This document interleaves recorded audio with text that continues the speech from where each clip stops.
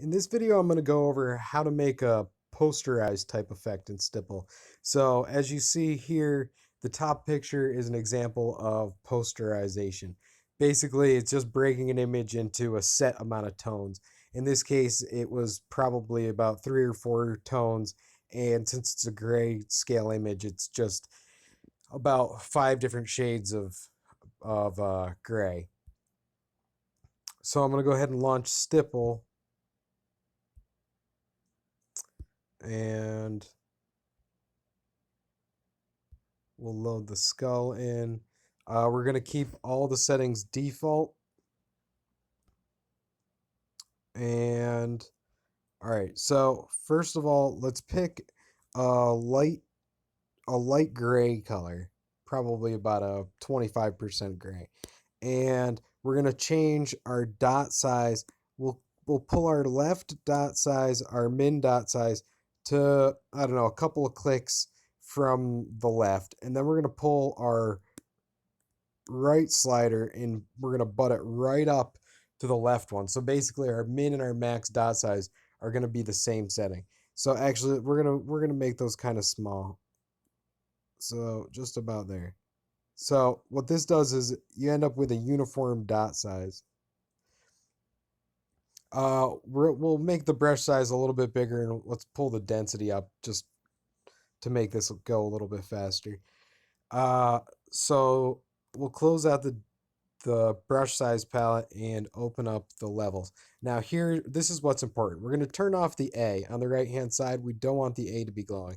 And then we're going to pull our threshold and our dot map slider. We're going to pull this to about midway through the grayscale. Now when we start drawing, we're going to be drawing everything from the lightest portions to about halfway through the grayscale. I'll hide the source image with the ghost button in the bottom right hand corner. Okay, so as I was saying, since your min and your max dot size are the same, you end up putting a uniform dot size on. And since we're only drawing the mid portion of the grayscale, or the bottom half of the grayscale, we're basically just densely packing that portion of the image in with dots, and those dots are so densely packed that it gives the look of just being a solid image. So now we're going to pull our sliders up. We're going to pull our left-hand slider to midway through, basically exactly where we left off on the right-hand side on our previous setting. We're going to pull that there, and then we'll pull our right-hand setting to about where you see it here. Now we're going to go and pick a darker tone, maybe about a mid-gray, and then we're going to keep drawing. Pretty soon we're going to start to see that skull.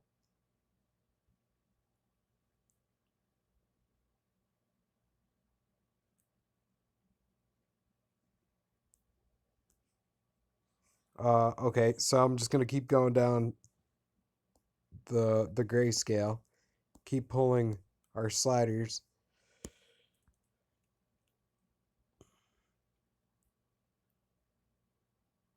So now you see the detail of the skull starts to come out. Now, when I was first getting into graphic design, I was pretty captivated with the posterize effect. It was kind of my introduction to trying to make images look like drawings, and I guess I've kind of devoted a lot of my life to that quest. So I'm gonna keep going. Now we can see now the background's starting to come in, all the shadows are coming in. It's starting to look pretty cool. And let's just finish up with the darkest spots. It's not all the way up.